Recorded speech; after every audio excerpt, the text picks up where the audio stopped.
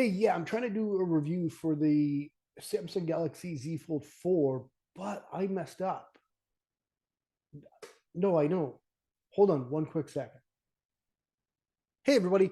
My name is Nick Russell, and I want to review this Samsung Galaxy Z Fold 4, but I kind of messed up. Before I get into how I messed up and apologizing for that, have a look at this clip. So we'll get this set up, and I'll be right back. So I'm sorry about that. I do apologize. When I initially started this channel, I had just got the Samsung Galaxy Z Fold 4. I was excited. I wanted to do my first unboxing video, and I thought, what better place to do that than here on YouTube?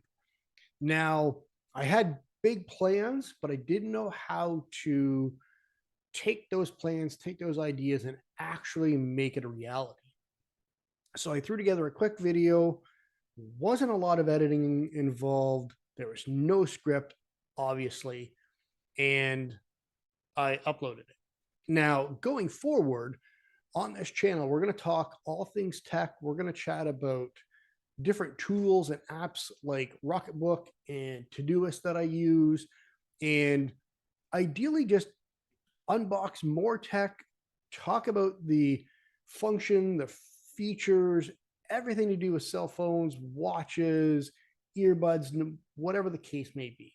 So, before we get way ahead of ourselves, I do actually have a script. We've got a little bit of editing to do, and we're going to chat about the Samsung Z Fold 4 and my last 4 months with it. So, let's chat about it.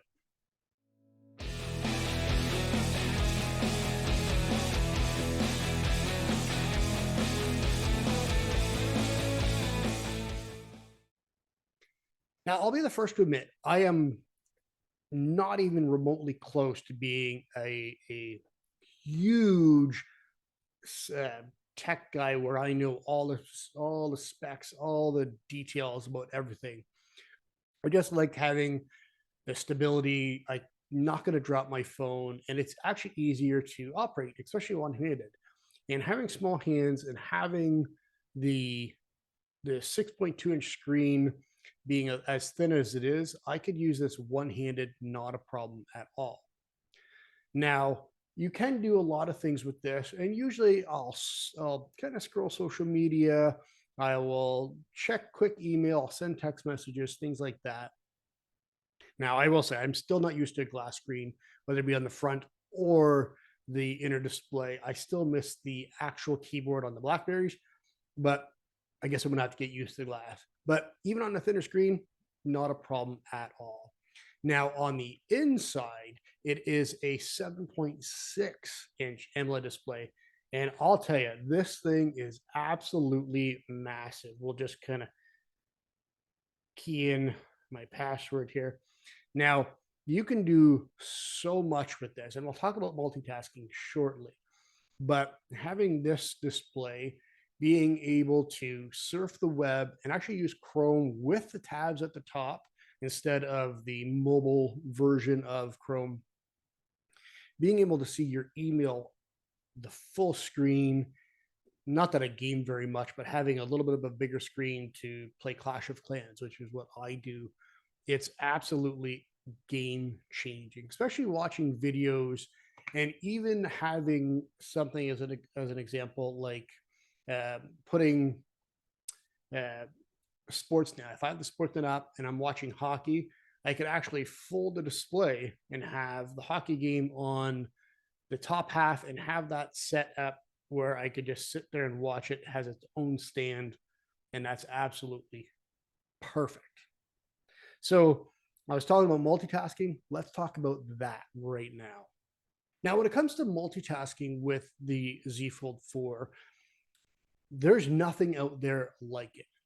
For example, if I wanted to watch and do some research on how Michael Fisher, Mr. Mobile, makes his videos, who is hands down the best guy in tech and talking about phones, and he's got a voice for radio and for TV. But if I'm doing research and I'm watching some of his videos, but playing Clash of Clans, I could get a text from a friend saying I need to make an attack in a clan war or whatever the case may be. I could actually do both. I could have the entire bottom of my screen of Clash Clans while I'm actually doing research and watching Mr. Mobile's videos. I could watch Jerry rig everything, tear down the Z Fold 4 or the next phone that I'm looking to purchase and kind of do some research that way.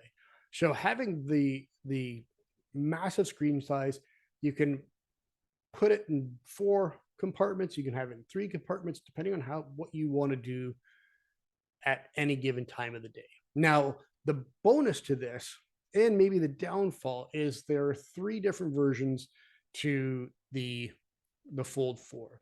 Now, there's 128 gig, there's a 256 gig, and then there's a whole terabyte. The only downfall is there's no expandable memory. You can't put an SD card in this phone. So kind of judge before you make a purchase. Are you going to use a lot of storage on the phone, or are you going to throw everything into Google Drive, for example? Me personally, I went with the 256 gigs of storage. So I have plenty of room, more than I need here. Plus, I use Google Drive for pretty much everything. So I'm not going to run out of room. Now, the really cool part is this has 128 gigs of RAM. By far the fastest phone I've ever used. There's never been a moment in the past 4 months where things have skipped, where I've had to worry about deleting apps or anything slowing down. This is an absolute powerhouse of a device. Now, kind of going on that same train of thought, being a powerhouse and being able to get an entire day's worth of work out of it is, for me, I've never had a problem with it.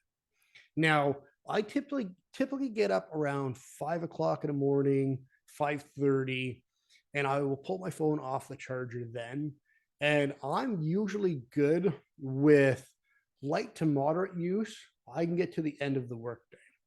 If I have a heavy usage day, if I'm out making a lot of calls, checking a lot of emails, and I'm constantly on YouTube doing a little research or uploading videos or something like that, I find that, especially if I'm using the inner display, I find that I might get to about 2 to 3 o'clock, and then I'll have to charge it. Now, the bonus for me, especially being an entrepreneur where I work from home, I have a fast charging wireless charger on my desk at all times.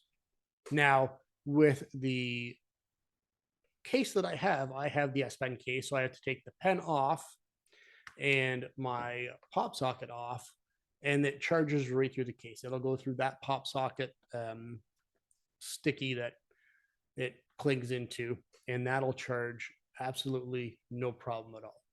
Now, if I'm out and about for the day, I do have a laptop backpack that has a USB on the side, and I have a 25,000 milliamp battery pack that sits in that bag. So at any point, I could always top my phone up to get me through the rest of the day, get me through my meetings. If I'm taking photos or videos outside, I've never ever got to a point where my phone's been dead or been close to dying during the day. Now, the next thing I want to talk about is I did mention having the S Pen. Now, the S Pen here is one of the coolest things that I've ever had that came with the phone. Now, it came with the case that I got with the phone, so it's not like the S23 Ultra or any of the S22 series that have the S Pen that actually sits in the phone. That would be a little bit better if they work on the Fold 5, having the pen inside of the phone. Because I will say it is a very thick phone when it's folded and has the case. Then you add the pop socket and the pen on the back. It's a very thick phone to have in your pocket. No big deal. I have usually jeans with bigger pockets or shorts that have bigger pockets, so I've never had an issue carrying the phone around. But if the S Pen was inside, that'd be a little bit better. But now the bonus to having this S Pen. Now, with the Fold, sorry, before I get ahead of myself, the Fold S Pen is specific to the Fold. It only works on the inner display. It doesn't work on the glass outer display. But the outer display is more for quick usage, but especially for me, when I have the phone open and I'm using design tools like Canva, or if I'm writing a note in Samsung Notes, or even if I send a client a contract, if we're at a meeting, we could both sign it right then and there. Or I could take that PDF, use Samsung Notes, sign right on my phone, and then email it off, messenger it off, text it off, whatever the case may be, instantly with that signed. And I actually have a client who has a Fold 4 as well. In the last contract that we signed, it was as simple as that. I signed it on my Fold 4. I sent it via Slack to them. They got it, signed it on their S4, and sent it back in Slack right to me. And there's an electronic copy of the contract signed. There's no printing of papers, no putting in file cabinets, losing it later. It's quick, it's simple, it's easy, and hands down one of the best things that I've had to keep productive and have all my contracts signed and ready to go.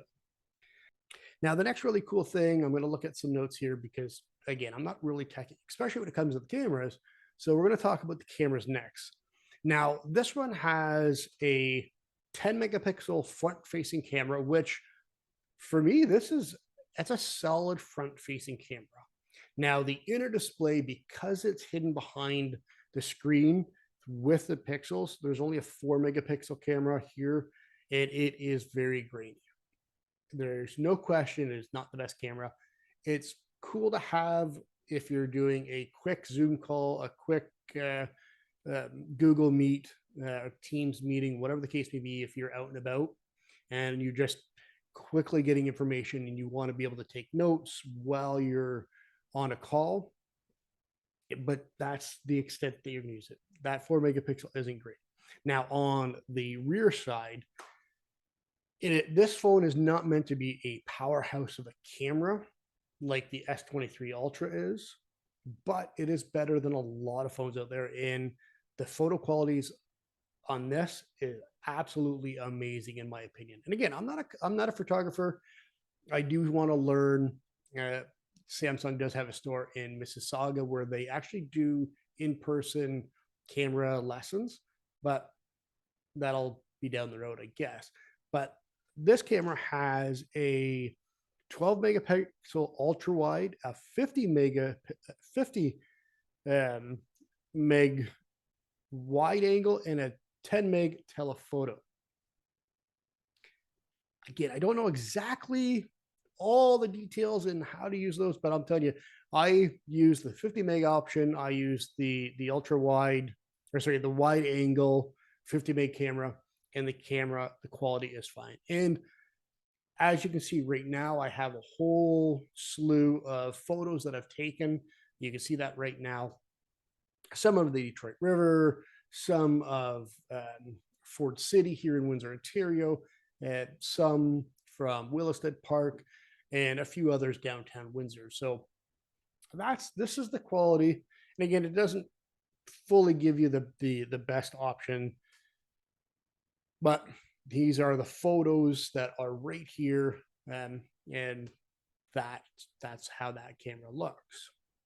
Now, overall, my impression on the Fold 4, if you're not somebody that really needs to stay productive, if you don't need to have a big screen with you everywhere you go, if you're not always multitasking, if you're not writing notes and looking at YouTube at the same time while you're out and about, this may not be the phone for you. It is over $2,000 here in Canada. You're looking at anywhere from $2,000 to $2,600, depending on the model that you get. So that's a choice you have to make. If you're looking for a straight up camera that does everything else that a phone does, the S23 Ultra may be for you. But for entrepreneurs and having everything all in one, having your tablet and your phone all in one, there's nothing better out there than the Fold 4. And believe me, I'm not disappointed. This has been the best device I've had in many, many years. And a lot of my BlackBerry friends have made fun of me leaving BlackBerry because some of them still have a BlackBerry phone.